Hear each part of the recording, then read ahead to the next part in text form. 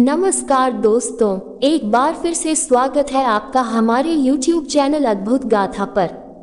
दोस्तों, आज के दिन हम श्रवण करेंगे माता संकटा की बड़ी ही दुर्लभ कथा। पौराणिक मान्यता है कि इस व्रत को करने तथा को श्रवण करने से माता संकटा सभी कष्टों से मुक्ति देती है। निसंतानों को संतान, निर्धनों को धनवान बनाती है, निर्बल को बलवान, अभागों का सोया भाग्य जागकर उन्हें भाग्यशाली बनाती है।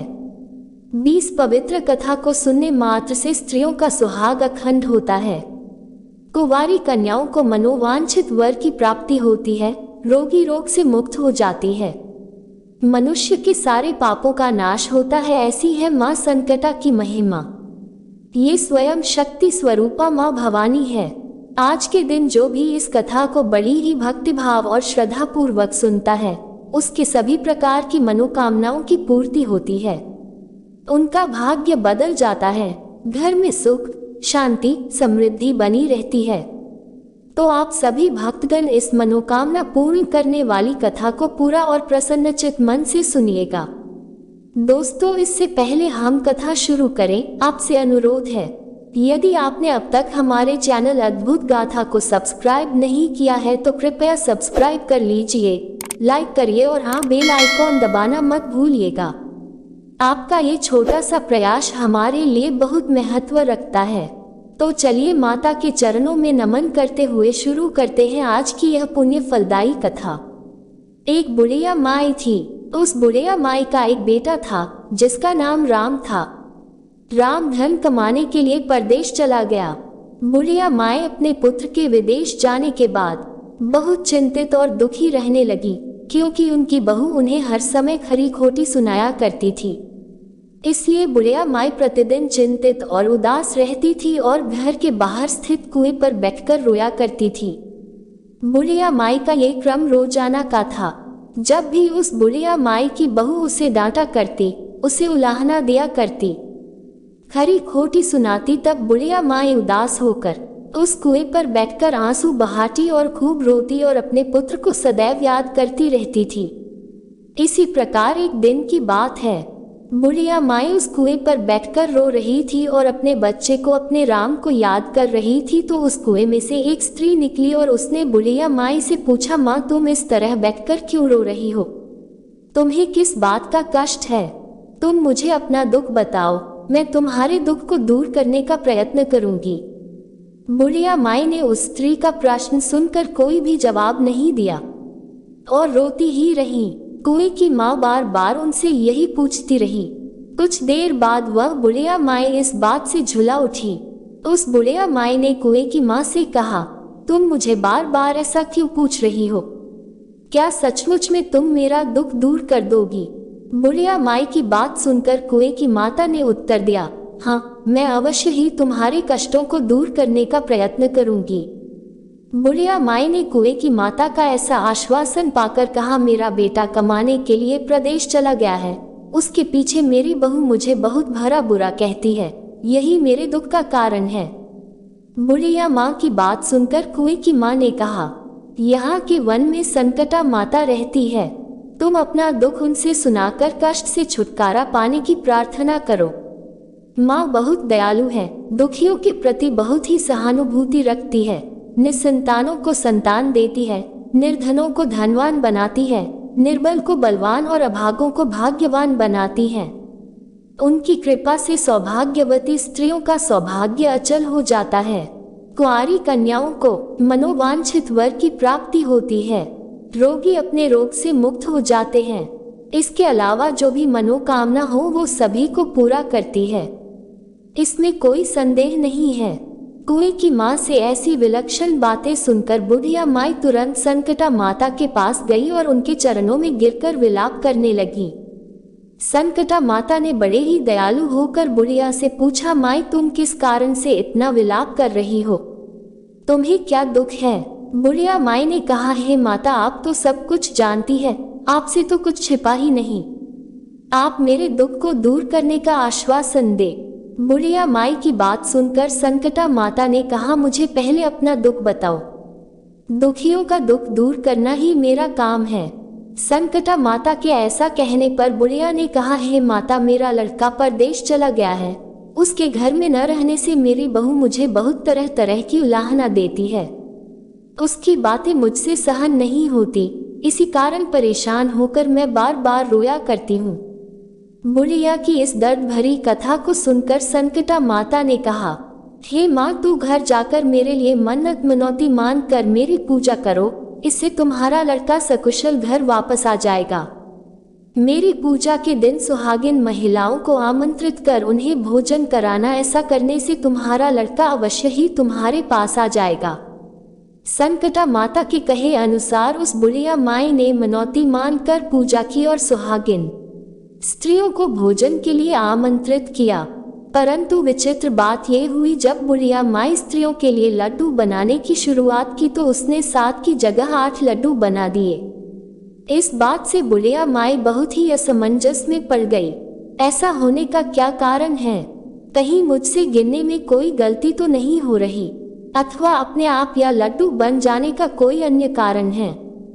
उसी समय संकटा माता एक वृद्ध स्त्री के रूप में बुढ़िया माई के सामने प्रकट हुई और बुढ़िया से पूछा, क्यों बुढ़िया माई, आज तुम्हारे यहाँ कोई खास उत्सव है क्या? ये सुनकर बुढ़िया माई बोली, आज मैंने संकटा माता की पूजा की है और सुहागिन स्त्रियों को भोजन के लिए आमंत्रित किया है, किंतु जब गिनकर 7 लड्डू बनाती हूँ तो भी वे लड्डू अपने आप 8 बन जाते हैं। मैं इसी बात से चिंता में पड़ गई। बुढ़िया माई की बात सुनकर संकटा माता ने कहा, क्या तुमने किसी बुढ़िया को भी आमंत्रित किया है? बुढ़िया माई कहने लगी, नहीं, मैंने ऐसा नहीं किया है, परंतु तुम कौन हो? संकटा माता ने कहा, मैं बुढ़िया, मुझे ही आमंत्रित कर लो। ऐसा सुनकर बुढ़िया माई ने उस बुढ़िया रूपी संकट माता को भोजन के लिए आमंत्रित कर लिया। इसके बाद बुढ़िया के घर पर सभी आमंत्रित सुहागिनी आ पहुंची और बुढ़िया ने सबको लड्डू तथा अन्य मिठाई आदि का भोजन कराया। इससे संकटा माता उस बुढ़िया माई पर बहुत प्रसन्न हुई और माता की कृपा से उस बुढ़िया माई के बेटे के मन में अपनी माँ और पत्नी से मिलने की इच्छा उत्पन्न हुई और वह अपने घर के लिए चल दिया। कुछ दिन बीतने के बाद वह बुढ़िया संकटा माता की पूजा करें सुहागिनों को भोजन करा रही थी कि तभी किसी ने उनकी लड़के के आने की सूचना दी, लेकिन बुढ़िया माई अपने पूजा में लगी रही। उसने कहा, लड़के को बैठने दो, मैं सुहागिनों को खाना खिलाकर अभी आती हूँ। किंतु लड़के की बहू ने पति के आने का समाचार सुनकर सभी काम छोड़कर पति के स्वागत के लिए तुरंत घर से बाहर चली गई। लड़के ने अपनी पत्नी को देखकर मन में सोचा कि मेरी स्त्री मेरे से कितना प्रेम रखती है, जो खबर पाते ही मुझसे मिलने चली आई, परंतु मेरी माँ को मुझसे जरा भी प्रेम नहीं है। मेरे आने की खबर पाकर भी मेरी माँ मुझसे मिलने नहीं आई। जब पूजा समाप्त हो गया, सभी सुहागिनें भोजन करके अपने अपने घर को लौट गई। तब बुढ़िया माँ अपने बेटे से मिलने के लिए उनके पास पहुंची। माँ के आने पर लड़के ने पूछा, माँ अब तक कहाँ थी? माँ ने कहा, बेटा, मैंने तुम्हारे कुशलता के लिए संकट माता से मनौती मान रखी थी, उसी को पूरा करने के लिए सुहागिनों को खाना खिला रही। संकटा माता की कृपा से उसका मन अपनी पत्नी से हट गया, क्योंकि उसे अपने पत्नी की सारी करतूत पता चल गया कि उसके ना रहने पर उसकी पत्नी ने उसकी माता को कितने कष्ट दिए हैं। उस लड़के ने अपनी माँ से कहा, माँ, इस घर में या तो मैं रहूंगा या फिर ये, तुम निर्णय कर लो कि तुम्हें किसको रखना है। बुढ़िया माता ने कहा, बेटा, तुझे मैंने बड़ी ही कठिन तपस्या से पाया है, इसीलिए तुझे मैं छोड़ नहीं सकती, इसीलिए चाहे बहू का त्याग भी करना पड़े, मैं कर सकती हूँ। अब क्या था, लड़के ने अपनी स्त्री को घर से निकाल दिया। घर से निकलकर बाहर आई तो बहुत दुखी मन से एक पीपल के पेड़ के नीचे बैठकर रोने लगी। एक राजा उधर से जा रहा था, उसे रोता देखकर राजा रुका और पूछा, तुम क्यों रो रही हो? तब उसने अपनी सारी व्यथा राजा को कह सुनाई। राजा ने कहा, आज से तुम मेरी धर्म बहन हो, इसीलिए रो मत। मैं तुम्हारे सभी कष्टों को दूर करने का प्रयास करूंगा। ये कहकर राजा राम की पत्नी को अपने महल में ले गया। महल जाकर राजा ने रानी को सारी कथा सुनाई। रानी को कहा कि देखो, आज से यह मेरी धर्म बहन है। ये आज से हमारे साथ हमारे महल में रहेंगी और इसको किसी प्रकार का कष्ट नहीं होना चाहिए। दोस्तों, राजा के यहाँ पहुंचकर कुछ ही दिनों बाद धर्म से प्रेरित होकर राम की स्त्री ने भी संकटा माता का व्रत आरंभ कर दिया और संकटा माता के निमित्त सुहागिनों को भोजन कराने के लिए आमंत्रित किया। उसने रानी को भी आमंत्रित किया। जब सभी सुहागिनी लड्डू खाने लगी तब रानी ने अहंकार वश कहा, मुझे तो रबड़ी, मलाई और स्वादिष्ट मिष्ठान ही हजम होते हैं, ये पत्थर समान लड्डू कैसे हजम होंगे। ऐसी अवहेलनापूर्ण बातें कहकर रानी ने लड्डू खाने से मना कर दिया। कुछ समय बाद संकटा माता की कृपा से राम अपनी पत्नी को खोजते हुए राजमहल में आ पहुंचा। वहां आकर अपनी पत्नी को संकटा माता की पूजा करते हुए देखा। वो संकटा माता को हाथ जोड़कर प्रणाम किया और अपनी पत्नी से कहा, प्रिय, मेरे अपराध को क्षमा करो। पत्नी ने कहा, नाथ, यह सब मेरे ही पापों का फल है, इसमें आपका कोई दोष नहीं। मैंने आपकी माता को अथाह कष्ट दिया था, उन्हें उलाहने दिए थे। मेरे इस गलती को आप क्षमा करें और मुझे स्वीकार करें। अपनी पत्नी की बातों को सुनकर राम ने अपनी पत्नी को क्षमा कर दिया। दोनों ने विधिपूर्वक संकटा माता की कथा सुनी, संकटा माता की पूजा की। पूजा को समाप्त कर सुहागिनों को खाना खिलाया और दोनों पति पत्नी अपने घर की ओर प्रस्थान करने के लिए तैयारी किए। तभी जाते समय राम की स्त्री ने राजा रानी से कहा, हे राजा, जब मुझ पर दुख पड़ा था तो आप लोगों ने धर्म बहन बनाकर मुझे आश्रय दिया था। यदि आपको किसी तरह की सहायता की आवश्यकता हो तो मेरी कुटिया में निसंकोच चले आना। ऐसा कहकर दोनों पति पत्नी अपने घर चले आए। संकटा माता के प्रसाद का निरादर करने के कारण रानी पर भारी संकट आ पड़ा। राम की पत्नी के जाते ही उसका राजपाट नष्ट हो गया। ऐसी विपत्ति में पड़कर रानी ने राजा से कहा, ना मालूम वह तुम्हारी धर्म बहन कैसी थी, उसके यहाँ से जाते ही सब कुछ नष्ट हो गया, हमारा सारा धन वैभव नष्ट हो गया। रानी ने राजा से कहा, जाते समय वह कहकर गई थी कि जब मेरे पर कष्ट पड़ा था तब मैं तुम्हारे यहाँ आई और कदाचित तुम्हारे ऊपर कोई कष्ट पड़े तो तुम मेरे घर चले आना, इसीलिए हम लोगों को उसके यहाँ ही चलना चाहिए। ऐसा विचार कर राजा रानी दोनों ही अपने धर्म बहन के घर चले आए। वहां जाकर रानी ने कहा, बहन, तुम्हारे जाते ही ऐसा क्या हो गया कि हमारी सारी संपत्ति नष्ट हो गई, हम लोग बड़े ही परेशानी में पड़ गए हैं। रानी की बात सुनकर राम की स्त्री ने कहा, बहन, मैं तो कुछ नहीं जानती, मेरी तो सब करता धरता संकटा माता है, इनके अतिरिक्त कोई दूसरा नहीं। इसलिए मेरी राय में तुम संकटा माता से अपनी भूलों के लिए क्षमा याचना करो, उन्हीं की मान मनौती से तुम्हारा सब काम बन जाएंगे, तुम्हारे सारे बिगड़े काम अपने आप सुधर जाएंगे। रामू की स्त्री की बातें सुनकर रानी ने श्रद्धा भक्ति से संकटा माता का व्रत किया और सुहागिनों को भोजन कराया। अपने सभी भूलों के लिए संकटा माता से बार बार क्षमा मांगी। रानी के ऐसा करते ही संकट माता प्रसन्न हो गई और रात में रानी को स्वप्न में कहा कि तुम दोनों पति पत्नी अपने महल को चले जाओ, वहां जाकर मेरी पूजा करना और मेरे निर्मित सुहागिनों को भोजन कराना।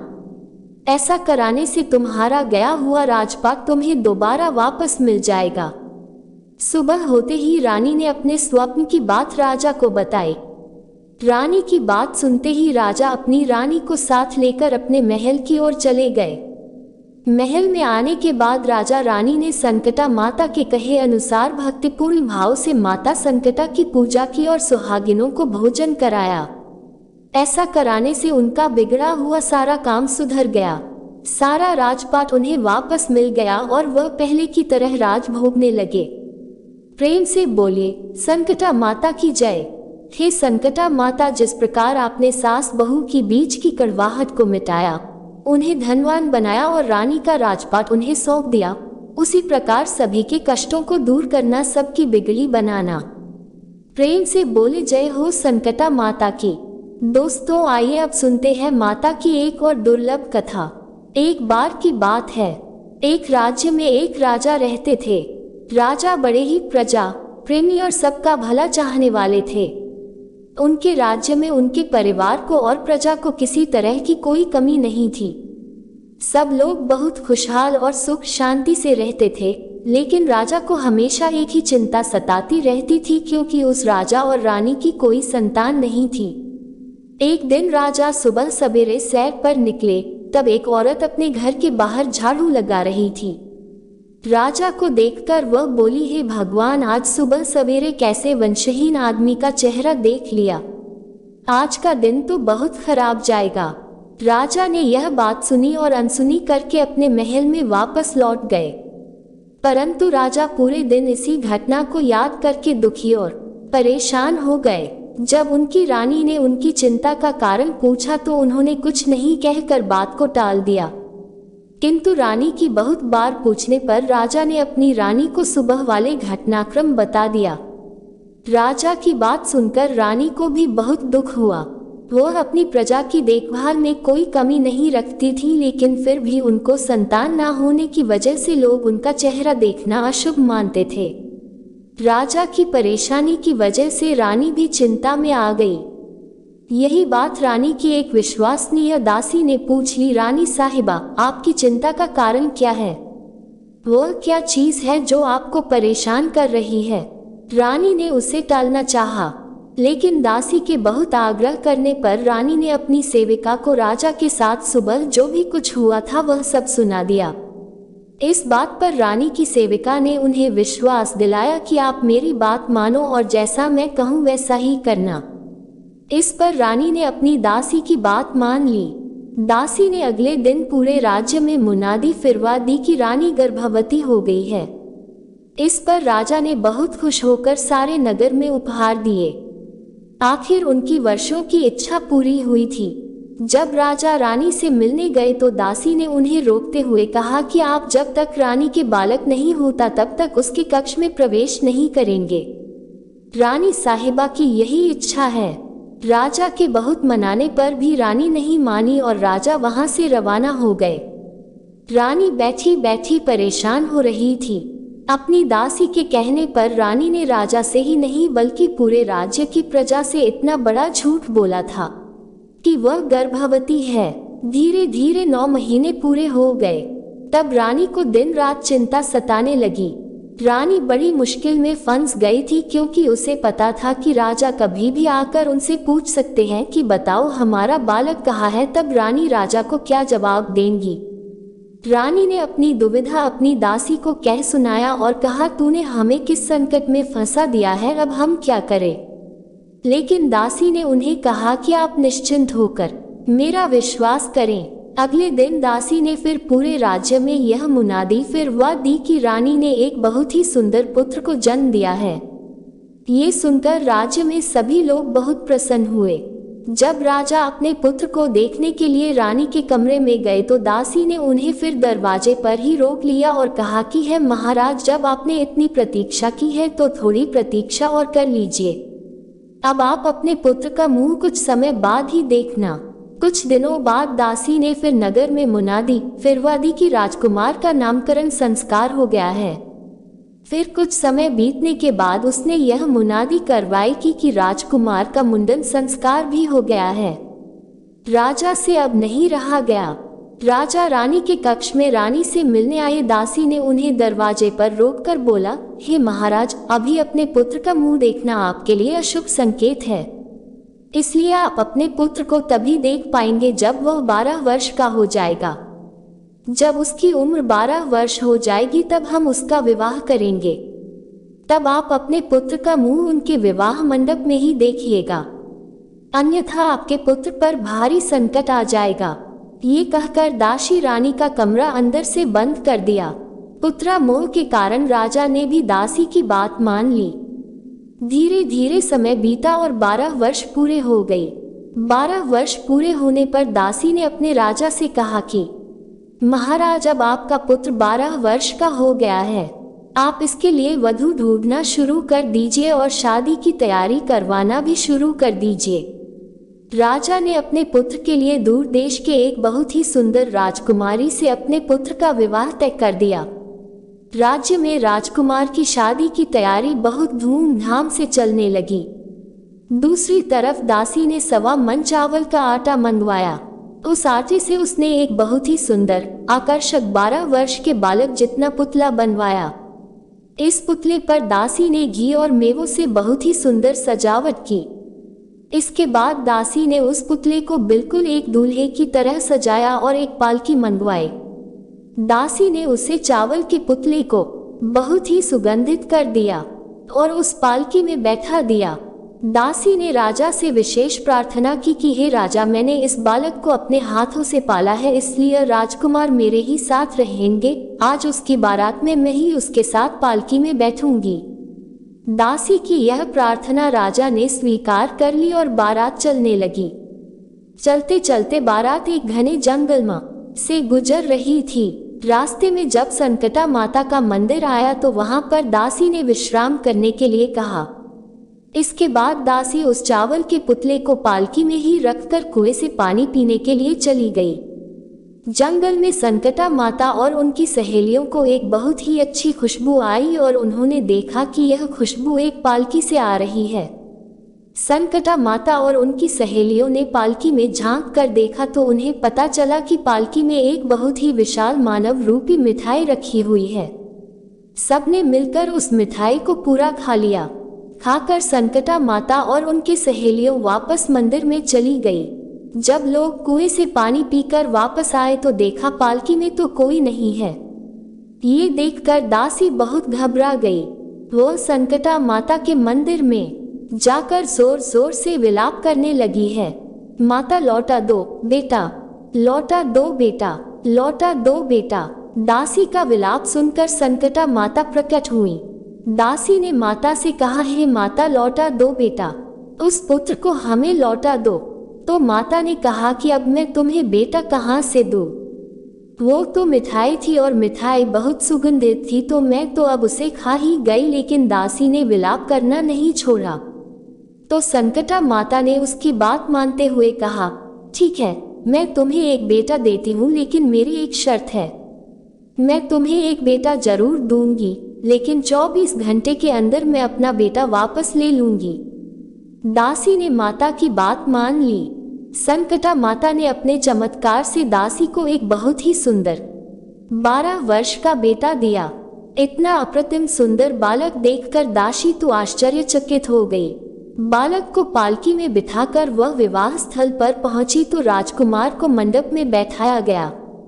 तब दासी ने राजा से कहा, महाराज, आप अपने पुत्र का चेहरा देख सकते हैं। जब राजा अपने राजकुमार के पास गया तो अपने बेटे का इतना सुंदर और भव्य रूप देखकर आश्चर्यचकित रह गया। राजा ने कहा, आपने मुझसे इतने वर्ष तक इसके पास नहीं आने दिया, लेकिन अब मैं अपने पुत्र को जी भर कर देखूंगा।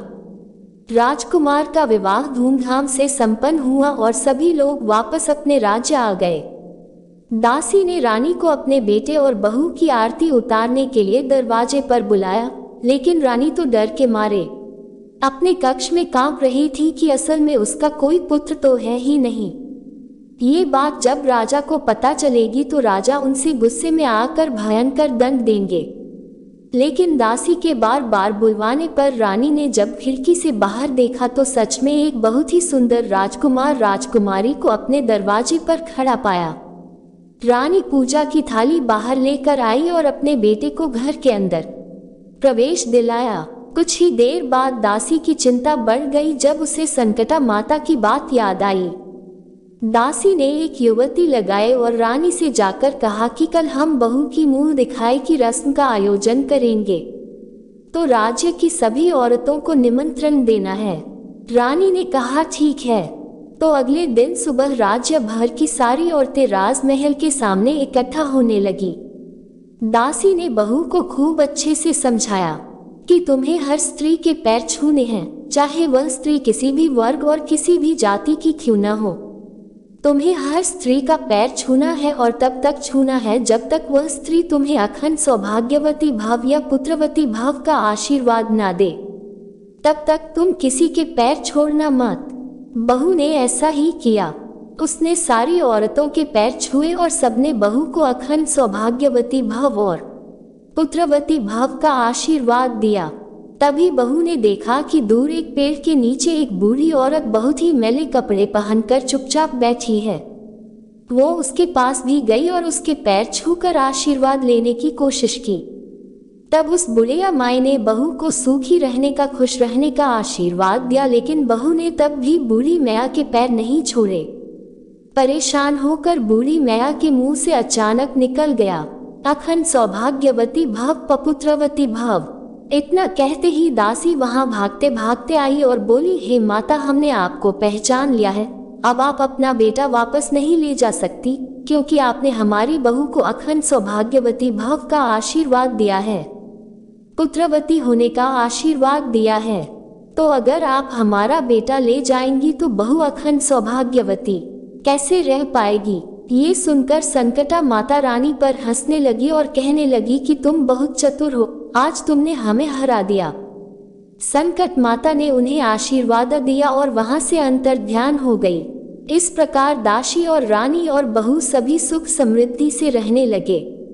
हे माता रानी, जिस प्रकार आपने रानी को पुत्र देकर उनके संकट को दूर किया, दासी की प्रार्थना सुनकर उसके संकट को पूरा किया, उसी प्रकार आप इस कथा को सुनाने वाले, कहने वाले तथा हुंकार भरने वालों के संकट को दूर करना। प्रेम से बोलिए संकटा माता की जय हो। यो दोस्तों, ये थी संकटा माता की कथा। आशा करती हूँ आपको ये कथा अत्यंत पसंद आई होगी। यदि इस कथा को कहते हुए मुझसे कोई त्रुटि हुई है तो आप सबसे हाथ जोड़कर क्षमा प्रार्थी हूँ। आशा करती हूँ आपको यह वीडियो अत्यंत पसंद आई होगी।